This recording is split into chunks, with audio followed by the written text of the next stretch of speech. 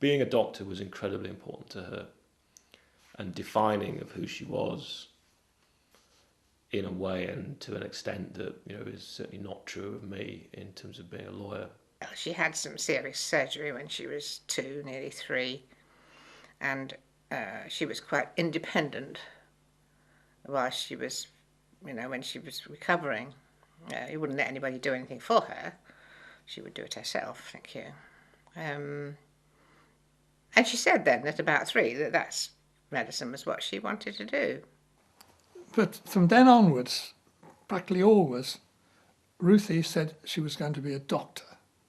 Now most little girls say they're going to be nurses, but not Ruthie. Ruth was always going to be a doctor. I don't remember, but the messages that we always had when we were children is that when everybody was playing doctors and nurses, she'd be the doctor and make everybody else be the nurses. And so I think ever since I've had any memory of anything, I've known that she always wanted to be a doctor. When she first came to the practice, whenever we were having meetings, there would be, Ruth would pipe up and say, well, what's the evidence for that? And we really weren't used to thinking about things in that way. And she brought a real intellectual rigour to anything that she did. When Ruth became a partner here, it was just a natural process, really. She was taken as a partner because she had such a huge impact on how the surgery worked. She took interest in everything.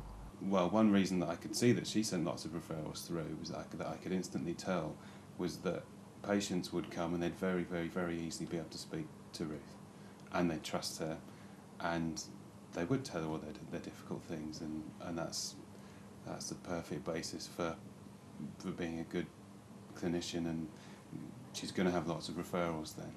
Judging by the consultations that you read when you're doing referral letters, you can tell that she's got a good rapport, very caring, very compassionate, you know, and I think people warmed to that. And she had our regular patients, didn't she? She did. She had a regular patient because they knew that she was going to be understanding, especially people with like depression and emotional problems. She was always, you know, that kind. Too big. No. Yeah, definitely. And despite she obviously had a very busy life herself, I think she always made time for others. Yeah, definitely. She did. Ruth's approach to the most difficult patients was not to in any way hide from them, but to look at them full on and to really explore why they were difficult and how they could be moved on a bit. Some of the more challenging patients just took them under our wing. Nobody was just bad, were they? No one was bad. They had a reason for it. She has one patient who was an alcoholic who couldn't read and couldn't write and was living on the street. And Dr. Bridgewater sorted her out whereby she got benefits for her, she got her a home. And she'll say, you know, this patient is like this because she can't read, she can't write. Sometimes she has to beg for money. She has been known because she can't fill the DSS forms in and things like that. And you know, so and then that just this patient that I said, oh, not again. And I used to think, that's why you like that. It made us understand why this patient's like that. Even the most difficult of patients, she somehow could get to the core of their problems, and that was very inspiring in a way. She worked in a way that helped the patients to become more self-sufficient. So she didn't collude with patients in these somatization type presentations. She actually helped them to come to an awareness of that. If we could have bottled what Ruth did with people, and I think it's unteachable. It's unteachable. It's the person. To be able to deal with the range of people and so many people in such a positive, healthy way.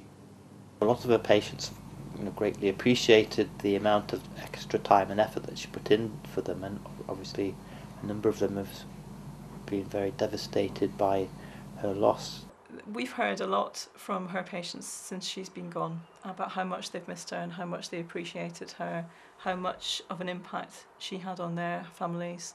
She always gave me such a feeling of not only being my GP, but of being a friend. She'd done a lot of what was called baout groups, where you learn how to deal with very, very complicated, difficult, demanding patients. And it's really how you deal with them. And she, I think, ended up, she used these techniques on us when we started to misbehave. But she was also interested in her staff, interested in their families, any problems that they had, and she'd give you advice on that. But not only that, she was concerned about you. She was incredibly supportive of nursing staff, reception staff, partners as well. But she really was very careful to ask the staff if she noticed that they looked a bit upset or didn't look right. She would always take them to one side and have a quiet word, and would always offer to support people. The way that Ruth worked with the staff on things like the newsletter would really show that, and they would say that she was very approachable and easy to work with and got things done as well. I think really her enthusiasm, particularly for both for medicine and her inquiry into making services better for patients, but more really particularly just her care for the patients individually, which I think is probably a hallmark of the way she consulted. She always used to joke on about how little she knew, and say things like she would always miss physical illnesses because all she ever did was psychological stuff. And then she would tell you what she'd been doing in her surgery maybe, and you'd think, you spotted what? How on earth did you manage to notice that? At the end of the surgery, if we were both standing in the reception, she would say, so how was your surgery today, Alia? And that made such a big difference. I was a new partner then, and you could feel the warmth. You could feel the genuine kind of ness of her feelings. I think she supported people in a very personal way. I don't think Ruth particularly blew a trumpet about her achievements, and I think that's a legacy really, that her support to perhaps members of the staff or whatever was very, very much there in the background, and almost understated, I think. I think Ruth quite often made us think about the way we commit to consultations and to the patients. And as well as that, she looked at the scientific side of medicine as well. I remember she did quite a lot of work on an audit of antibiotic prescribing and highlighted ways that we could be more efficient in our use of antibiotics. One of Ruth's strong personal characteristics was that she wanted to get the best out of everyone. I think that marked her relationships with patients and with colleagues, really. She has made changes in how we work, how clinics are run. I think also with the role that she had and the way she was with everybody, we kind of feel that we ought to look out for each other a bit more.